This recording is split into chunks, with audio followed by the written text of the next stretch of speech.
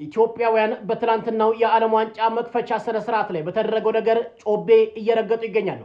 የትላንትናው የዓለም ዋንጫ ጅማርቶን ማለት ነው በሜክሲኮና በሳውዝ አፍሪካ የተጀመረ ሲሆን እንግዲህ በጣም በሚገርም ሁኔታ ሜክሲኮ ሳውዝ አፍሪካን ቅጥቅጥ አድርጋ አሸንፋለች። በዚህ ምክንያት ኢትዮጵያውያን ጮቤ እየረገጡ እንደሚገኙ ተሰምቷል። ለምንድነው ኢትዮጵያን ጮቤ የረገጡት? በዚህ ውድድር የማሰማችሁ ይሆናል። እጅግ ወቅታዊ መረጃ ነው። አብራችሁን ቆዩ። በሌላው መረጃችን ስናቀና ታዋቂው ዩቲዩበር እሸቱ ዶንኪቲዮ እጅግ በይፋ ይቅርታ ጠይቋል። በይፋ ይቅርታ የጠየቀበትን ምክንያት በሰፊው የምንዳሰሰው ይሆናል። እሸቱ ለምን ይቅርታ ጠየቀ? ሁላችሁም ማዳመጥ ያለባችሁ እጅግ ወቅታዊ መረጃ ነው። በሌላ መረጃችን ስናቀና በሶሻል ሚዲያ ኦርቶዶክሲያንን የግድያ አዋጅ የሚያውጅ አንድ ግለሰብ በጣም በሶሻል ሚዲያ እየተስፋፋ ይገኛል። ይሄ ግለሰብ በርካታ ኦርቶዶክሲያንን እገላችኋለሁ፣ ገና ትጠፋላችሁ፣ ኦርቶዶክሲያን መጥፊያዋ ደርሷል እያለ በሶሻል ሚዲያ በቪዲዮ እየወጣ በርካታ ቪዲዮችን እየሰራ ይገኛል። ይሄ ግለሰብ ማን ነው? ይሄ ግለሰብ ለህግ መቅረብ አለበት። ስለዚህ ግለሰብ ጉዳይ እጅግ ወሳኝ መረጃ ይዤላችሁ መጥቻለሁ። አብራችሁን ቆዩ። በሌላ መረጃችን ስናቀና ውድ የተከበራችሁ ተመልካቾቻችን በኢትዮጵያ አየር መንገድ ጉዳይ የወጣ እጅግ በጣም ወቅታዊ መረጃ አለ። እሱንም የማሰማችሁ ይሆናል።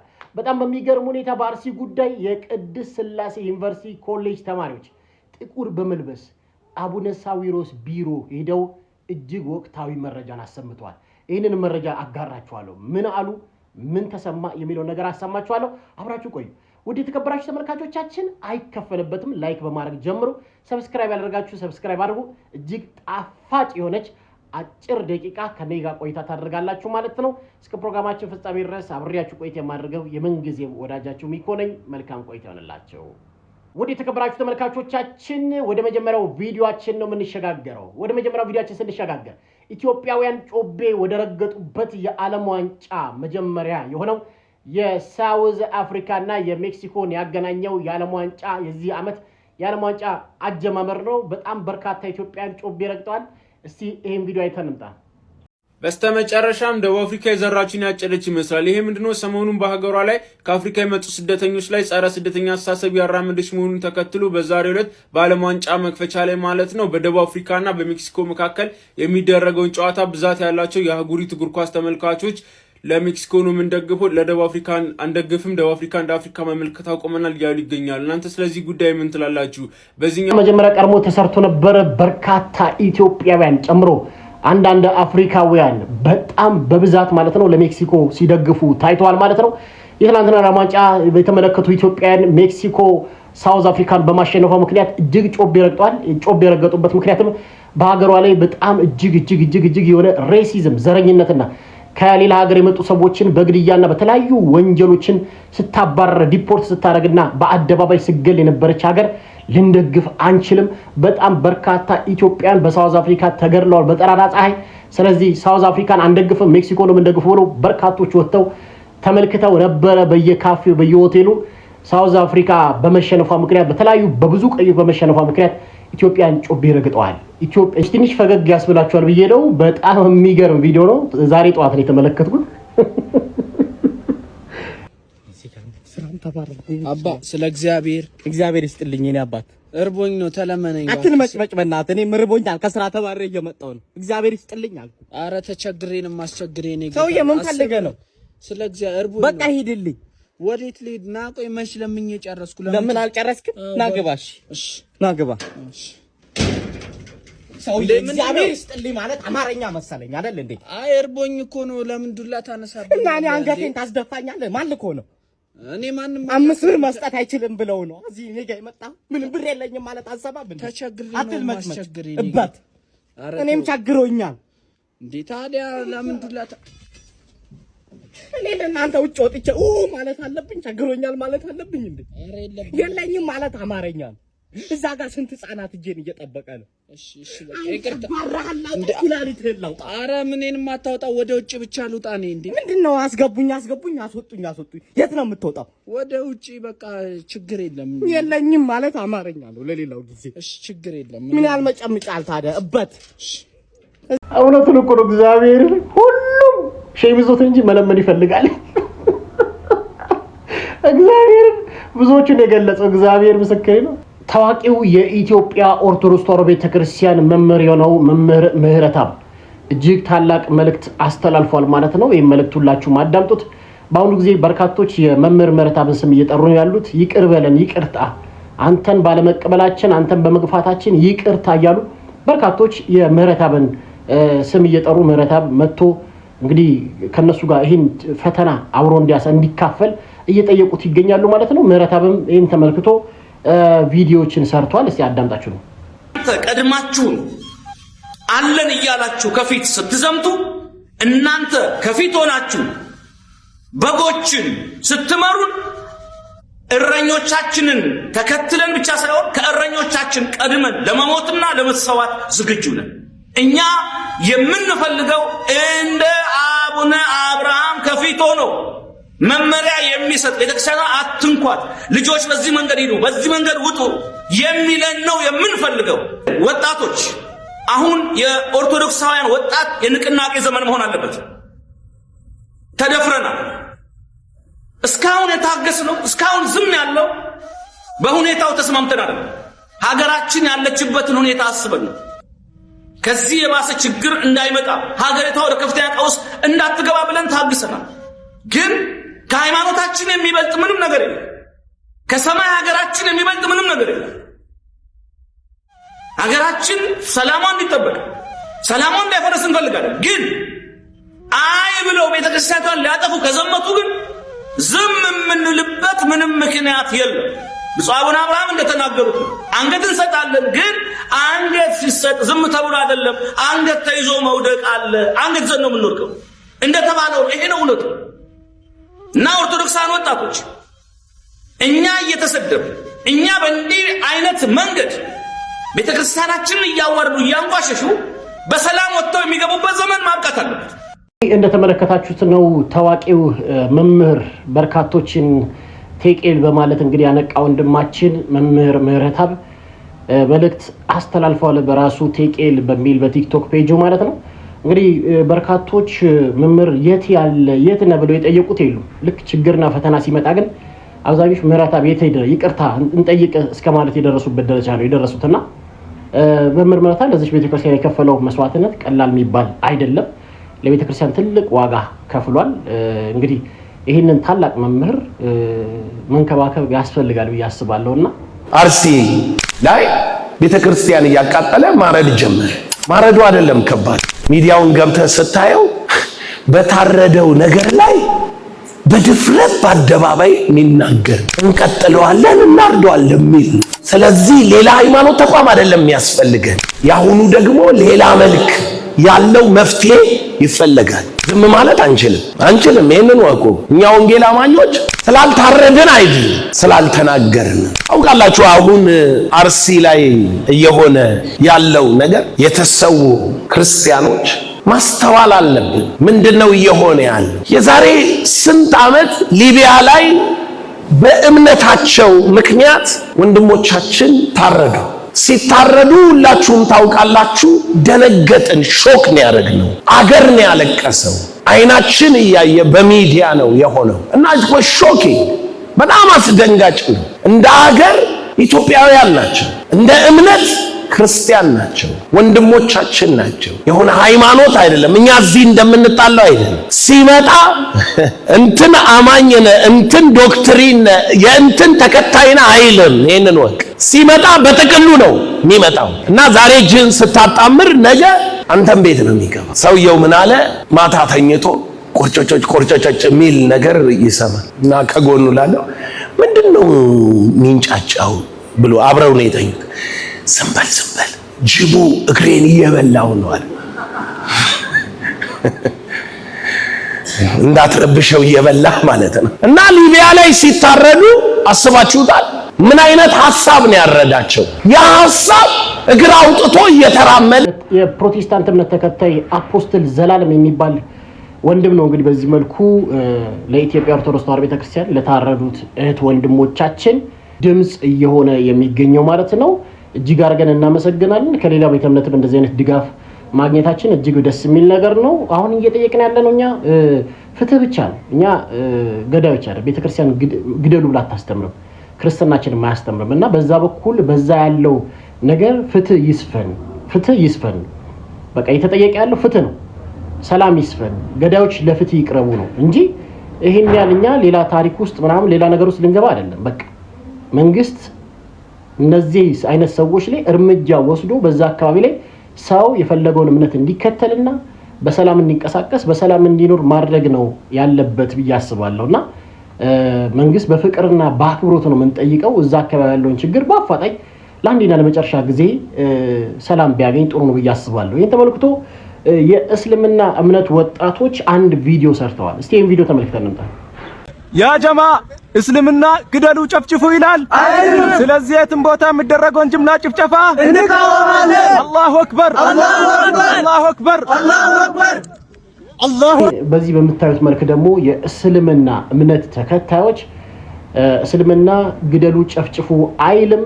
ስለዚህ ደግሞ በየትኛውም በኩል የሚደረገውን በየትኛውም ቦታ የሚደረገውን የጅምላ ጭፍጨፋ እንቃወማለን ብለው በዚህ መልኩ ወጣቶች ሰርተዋል። ይሄ በቃ ሰላማዊ አስተሳሰብ ነው፣ ደስ የሚል አስተሳሰብ ነውና ማንም ሰው በሰላም መኖር አለበት። እስልምና የተከበረ ነው፣ ክርስትና የተከበረ ነው፣ ፕሮቴስታንቲዝም የተከበረ ነው። ሰው በሰላም ውሎ በሰላም ማደር አለበት። ሰው በሰላም መስራት አለበት። በሰላም አምላኩን ማምለክ አለበት። ድንጋይ የሚያመልከው መከበር አለበት ብዬ አስባለሁና ከእስልምና ወገኖቻችን እንደዚህ አይነት መልእክቶችን ማየታችን እጅግ የሚያስደስት ነው። እጅግ አድርገን እናከብራችኋለን። ይህን ቪዲዮ የሰራችሁ ሰዎች ገዳዮች በአፋጣኝ ለህግ መቅረብ እንዳለባቸውም ለህግ ለፍትህ መቅረብ እንዳለባቸውም እናሳስባለን። ደግሞ በሶሻል ሚዲያ ላይ የጅምላ ጭፍጨፋን የሚነዙ በተለይ ደግሞ እምነት ተኮር ዘር ተኮር ላይ ትኩረት አድርገው ህዝቡን ለማጋጨት ሀገር ከሀገር ዘር ከዘር ለማባላት የሚተጉ ግለሰቦች እንዳሉ የሚታወቅ ነው። እነዚህ ግለሰቦች አላረፉም። ወጥተው ደግሞ በምናሩ በቪዲዮ ወጥተው ቀጥታ እንጨፈጭፋለን እንገላለን የሚል መልእክቶችን ደግሞ እያስተላለፉ ይገኛሉ። ውድ የተከበራችሁ ተመልካቾቻችን እስቲ ይህን ቪዲዮ ተመልክተን እንመጣና ምን ትላላችሁ? በዚህ ጉዳይ ሀሳባችሁን ትሰጣላችሁ። አይ ኦርቶዶክስ ግማሹን በእስር ቤት ግማሹን በውጭ በጥይት ኦርቶዶክስ ካሁን በኋላ አለቀልሽ፣ ውሃ በላሽ። ግማሾቹ በእስር ቤት አፈር ድሜ ይበላል፣ ግማሹ በውጭ ደግሞ በጥይት በአብሪ ጥይት ግንባሩን ይመታል። ኦርቶዶክስ ጣፈንታሽ ካሁን በኋላ ነግሬሻለሁ። ግፍሽ ነው ግፍሽ ሞልቶ ሞልቶ ሞልቶ ከልክ ሲያልፍ በቃ መጨረሻው እንዲነው ወደ የማይመለስበት ያለሽ። አርቲስቱም ፎከረ፣ ቲክቶከሮቹም የፎከሩ እና እፎ የሚባል አባቱን ማቅ ዲቃላ አለ። እናቱ ጠላ ቤት ነው የወለደችው። የጠላ ቤት ሸርሙጣ ነበረች የፎይ እናት። እንደነሱ ያኔት ፎከሩ ዋጋ የለውም። ካም በኋላ በዚህ ሳይሆን በዚህ እየታረክ ተወርቃለህ። አልቅቷል። ሰማችሁት ነው። በዚህ መልኩ ገና እንጨፈጭፋችኋለን። ኦርቶዶክስ አለቀልሽ አበቃልሽ፣ ቲክቶከሮች ለፈለፉ ሁሉም አርቲስቶች ለፈለፉ ምንም አታመጡም በማለት ቪዲዮ እየተሰራ ይገኛል። እንግዲህ ፍትህ የጠየቀው ለምን እንደሚታሰር ግራ ነው ይገባል። እንደዚህ አይነት ግለሰቦች እንደዚህ አይነት ባለጌ እንደዚህ አይነት የትኛውንም ቤተ እምነት ይወክላሉ ብዬ አላስብም። እና እንደዚህ አይነት ግለሰቦች እያሉ ለህግ ሳይቀርቡ እንደ ፍትህ የሚጠይቁት እንደ መምህር ዘላለም አይነት እንዴት ሊታሰሩ ቻሉ? የጥያቄ ሊቀርብ የሚገባ ነገር ነው። በፍቅር የምንጠይቀው ነገር ነው። እንደዚህ አይነት ግለሰቦች እንግዲህ በህይወት አሉ፣ ቲክቶክ እየሰሩ ነው፣ በሰላም እየተንቀሳቀሱ ነው ያሉት። በሰላም እየተንቀሳቀሱ ያለ ደግሞ ቪዲዮ ሰርተው ኦርቶዶክስ ያለ ከባድ የሆነ ጂኖሳይድ እየተናገሩ ነው ያሉትና እንደዚህ አይነት ግለሰቦች መንግስት በአፋጣኝ ለህግ ሊያቀርብ ይገባል ብዬ አስባለሁ። የሌላው መረጃችን ስናቀና ደግሞ የቅድስት ሥላሴ ካቴድራል ማለት ነው ዩኒቨርሲቲ ኮሌጅ ተማሪዎች ጥቁር በመልበስ በአቡነ ሳዊሮስ ቢሮ በመሄድ መልእክታቸውን አስተላልፈዋል። እጅግ የሚደነቅ ሐሳብ ነው። እስቲ አዳምጠን እንምጣ። እሺ ወገኖቻችን እንደምትመለከቱት አሁን የምንገኘው በኢትዮጵያ ኦርቶዶክስ ተዋሕዶ ቤተክርስቲያን ጠቅላይ ቤተ ክህነት ግቢ ውስጥ ነው። ከኋላ እንደምትመለከቱት የቅድስት ሥላሴ መንፈሳዊ ዩኒቨርሲቲ ተማሪዎች ለኦርቶዶክሳውያን ግድያና ሞት ይብቃ በማለት ድምጽ ለመሆን በብፁዓን ሊቃነ ጳጳሳት አባቶቻችን ፊት ለፊት ድምጽ ለመሆን በግቢ ውስጥ ተገኝተናል ማለት ነው። እግዚአብሔር ከሁላችን ጋር ይሁን። ሀገራችን ኢትዮጵያን እግዚአብሔር ይባርክ። እንግዲህ በዚህ መልኩ ደግሞ የቅድስት ሥላሴ ዩኒቨርሲቲ ኮሌጅ ተማሪዎች ጥቁር በመልበስ ዝምታቸውን ለመረጡት ለኢትዮጵያ ኦርቶዶክስ ተዋሕዶ ቤተክርስቲያን ቤተ ክህነት ስራ አስኪያጅ አቡነ ሳዊሮስና ለመላው የሲኖዶስ አባላት መልእክታቸውን አስተላልፈው መጥተዋል። አባት እንደ አባት ልጆቹን መጠበቅም አለበት። የታረዱት ወገኖቻችን ሄዶ መጠየቅ አለበት። እንደ አባት የክርስቲያናዊ አባትነት ግዴታ መወጣት እንዳለበት ይታወቃል። አባቶቻችን ምን እንደነካቸው አናቅም፣ ዝም ብላችኋል። እንግዲህ እግዚአብሔር መጥቶ ፍትህ እስከሚሰጠን ድረስ እኛም መጠየቃችንን አናቆምም። በዚህ መልኩ ደግሞ ወጣቶቹ ተማሪዎች፣ የዩኒቨርሲቲ ተማሪዎች ደግሞ ጥቁር በመልበስ እንግዲህ አባቶችን አስጨንቀው ጠይቀው መጥቷል። እጅግ የሚደነቅ ሀሳብ ነው። ቀጣይ ቪዲዮ ነው የምንሸጋገረው። እስቲ ይህችን ቪዲዮ ተመልክታችኋት ነው ጋይስ እንደዚህ አይነት ሸዋሸዋም አለ እንደ የሚያስብል መረጃ ልንገራችሁ። ስፑትኒክስ ነው በአሁኑ ሰዓት ያጋራው ኢትዮጵያን አየር መንገድ የሚመለከታል። ለፈረንጆቹ አቆጣጠር በ2020 የናይጄሪያ አየር መንገድ ወይም የናይጄሪያ ኤር ፕሮጀክት ተጠናቆ ስራ ሊጀምር ነው ተብሎ በታላቅ ድምቀት ለህዝብ እይታ የቀረበ አውሮፕላን በወቅቱ በኪራይ መልኩ የመጣ የኢትዮጵያ አየር መንገድ አውሮፕላን እንደነበረ የደህንነት መስሪያ ቤቶቹ ምስክርነት በፍርድ ቤት ሰጥተዋል፣ በዛሬው ዕለት አረጋግጠዋል ተብሏል። ይህንንም አድርገዋል ተብለው ተጠርጥረው የታሰሩት የናይጄሪያ አቪዬሽን ሚኒስትር ሲሆኑ አዲ ሲካር ይባላሉ። ከ2 ሚሊዮን ናይራ በላይ የህዝብ ገንዘብ አባክኗል በሚል በቀረበባቸው ክስ በትናንትናው ሮብ በነበረ የፍርድ ቤት ውሎ አስገራሚ ምስክርነት ተሰጥቶባቸዋል ተብሏል። ታዲያ የኢትዮጵያ አየር መንገድ ንብረት የነበረው ይህ አውሮፕላን ለጥቂት ቀናት ለእይታ ብቻ ከቆመ በኋላ የተቀባው ቀለምና አርማ ተፍቆ በኢትዮጵያ አየር መንገድ ሰራተኞች እየበረረው ወዲያውኑ ወደ ሀገሩ ወደ አዲስ አበባ ተመልሷል ሲሉ የሀገሪቱ መገናኛ ብዙሃን በአሁኑ ሰዓት እየዘገቡ ይገኛሉ ተብሏል። ይህ ፕሌን ነው እንግዲህ በወቅቱ የኢትዮጵያ አየር መንገድ አርማ በመፋቅ የናይጄሪያን በማስቀመጥ የኛ ንብረት ነው ብለው ባለስልጣኑ እጅግ በጣም ብዛት ያለውን ብር የበሉበት እንደምትመለከቱም እንግዲህ ካጠገቡ በመቆም ፎቶ ሲነሱ ነበር። ከጥቂት ቀናት በኋላ እንግዲህ ወደ ኢትዮጵያ ተመልሷል ማለት ነው። በኢሳትም የአቪዬሽኑ ሚኒስትር በክስ ላይና በፍርድ ቤት ይገኛሉ። አዲስ ነገር ካለ ማሳወቃችሁ ይሆናል። ምን ታስባላችሁ? ሀሳባችሁን ኮመንት ላይ አስቀምጡልኝ። ብሩክ ነኝ። የሚገርም ሁኔታ ነው። የናይጄሪያው ኤር ማለትም በናይጄሪያው ኤርፖርት የኢትዮጵያን አየር መንገድ በመውሰድ ሳይገዛ ገዛው በማለት ማለት ነው 8 ሚሊዮን ናይራ የሚጠጋ ብር አጭበርብሮ የኢትዮጵያን አየር አውሮፕላን እንትን በመላጥ የራሱን የናይጄሪያውን ኤርፖርት ስም በመለጠፍ ደግሞ ፎቶ በመነሳት ህዝቦችን አጭበርብሯል ተብሏል። እጅግ በጣም የሚያስቅ ተግባር ነው። እሸቱ ዶንኪ ቲዩብ የተጠየቀበትን ስሞታ የቀረበበት ጉዳይ ነበረ። እሱን ጉዳዩ በዋልድባ ገዳም ጉዳይ ነበረ። ቪዲዮ እንደለቀቀ የሚታወቅ ነው። እንግዲህ ይሄ ዋልድባ ገዳምን ለማስተዋወቅና ገንዘብ ለማሰባሰብ በተደረገው ቪዲዮ ላይ በጣም በሚገርም ሁኔታ ማለት ነው የአባቶችን በላ ተብሎ በሶሻል ሚዲያ ሲራገብ እንደነበረ የሚታወቁት ነው። ከዛም ባሻገር ደግሞ አባቶች መተው በእግረኛው ሚዲያ ላይ ስሞታቸውን አቅርቦ ነበረ። ሁሉም ድራማ ነው በማለት ይሄ ድራማ ደግሞ ገዳም ውስጥ መደረጉ እጅግ እንዳስከፋቸው መናገራቸው የሚታወቅ ነው። ውድ የተከበራችሁ ተመልካቾቻችን እሸቱ ዶንኪ ቲዩብ ይቅርታን ሰጥቷል ማለት ነው። እኔ ደስ ያለችኝ ጥፋቱን አርሞ ነገሮችን ደግሞ ግልጽ አድርጎ ይቅርታ መጠየቁ አሁን ደስ ብሎኛል። ከምር ለመናገር ጥፋትን ማረም ልክ ያልሆነ ነገርም ልክ አይደለም፣ እቺን ጥፋት ደግሞ አጥፍቻለሁ ብሎ ይቅርታ ጠይቋል። እሸቱ ሊደነቅ ይገባል። እጅግ እስቲ አዳምጡት። እንግዲህ አባቶች እዚህ ጋር አሁን ያየነውን በጣም ጄን እያወራጨው ጮክ እያልኩ ስለ ገዳሙ መግቢያ ቪዲዮ የሰራውበት ቦታ ገዳሙ ውስጥ አይደለም አባቶች። ከገዳሙ በጣም ብዙ ኪሎ ሜትር ርቀት ገና መንገድ ላይ እያለን ነው። ገና ወደ ገዳሙ እየሄድን በትንሹ ከ5 ኪሎ ሜትር በላይ ርቀት ላይ ሆነን ተራራውን ስናየው በጣም አመቺ ስለሆነ እዛ ጋ ነው ይሄንን ኢንትሮ የሰራሁት። ስለዚህ እንደው ገዳሙን በመዳፈር እንዳልሆነ እንድትረዱልኝ አደራ ላለው። ነገር ግን ስቲል የገዳም ቪዲዮ ላይ እንዲህ አይነት ኢንትሮ አያስፈልግም የሚለውን ሂስ ወይም ተግሳጽ ግን በትክክል እቀበላለሁ አባቶቼ። እንደዚህ እየጮኩ እጄን እያወናጨፍኩ የገዳም ቪዲዮ መስራት እንደሌለብኝ ትልቅ ትምህርት አግኝቻለሁ። ይሄንን በትክክል እቀበላለሁ። ለዚህም ያው ቅድም እንዳልኩት በእግዚአብሔር ስም ይቅርታ እጠይቃለሁ። ሌላው በርካታ ስራዎችን በርካታ ጉዳዮችን ሀሳብ ሰጥቶበታል። ይቅርታ ጠይቋል። እሱ ዩቲዩብ ቻናል ላይ ገብታችሁ ማየት ይችላላችሁ። እሸቱ ዶንኪ ቲዩብ ዛሬ አክብሬያለሁ። ያከበርኩ ትልቅ ምክንያት ደግሞ ጥፋትን አሜን ብለህ መቀበል፣ ይቅርታ መጠየቅ፣ አባቶችን በዚህ መልኩ ደግሞ ማክበር እጅግ ሊደነቅ የሚገባ ተግባር ነው። ተችቻለሁ። አዎ የተቸው ምክንያት ደግሞ ምክንያት አለኝ። ያለ ምክንያት እኔ ሰው አልጠላም፣ ያለ ምክንያት ሰው አልተችም። አንተንም አልጠላም፣ እወዳለሁ፣ አከብራለሁ በምሰራቸው ስራዎች። ዞሮ ዞሮ ግን ለሰጣቸው ይቅርታ ለመለስክላቸው በክብር መልስ እጅግ ልትደነቅ ይገባል። እሸቱ ዶንኪ ቲዩብ ማለት ነው። ውድ የተከበራችሁ ተመልካቾቻችን ለነበረን ቆይታ እጅግ እግዚአብሔር የተመሰገነ ይሁን። ፕሮግራሙን እንደወደዳችሁ ተስፋ አለኝ። በቀጣይ አዲስ መረጃዎችን፣ ወቅታዊ ፕሮግራሞችን ይዤላችሁ እመጣለሁ። ከእናንተ የሚጠበቅ ላይክ እና ሰብስክራይብ አድርጎ መኮምኮም ነው። ውድ የተከበራችሁ ተመልካቾቻችን እወዳችኋለሁ። መልካም ጊዜ ይሆንላችሁ።